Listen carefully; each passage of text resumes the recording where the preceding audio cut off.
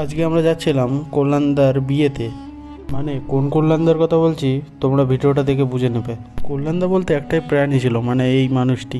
আজকে এর বিয়েতেই যাচ্ছিলাম আমি আর শিষ্য, আর এখানে এসে দেখি বিল গেটসের ছোট ভাইয়ের সঙ্গে দেখা হলো। তার পাশে আমরা দুটো গরিব মানুষ বসেছিলাম। কি আর করা যাবে, আজকে দেখাই যাক। আজকে আমরা থানা থেকে গাড়ি বুকিং করেছি, পিছনে লেখাই আছে দেখতে পাচ্ছ যে পুলিশ।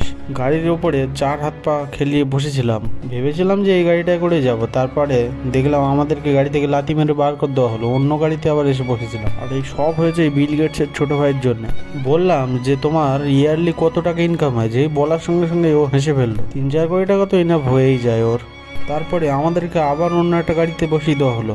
কিছুটা রাস্তা যাওয়ার পর চলে এলাম বিয়ে বাড়িতে। আর বিয়ে বাড়িতে স্পেশাল পাকিস্তান থেকে মিসাইল অর্ডার দেওয়া হয়েছিল, সেটা আকাশেই ফাটানো হচ্ছিল।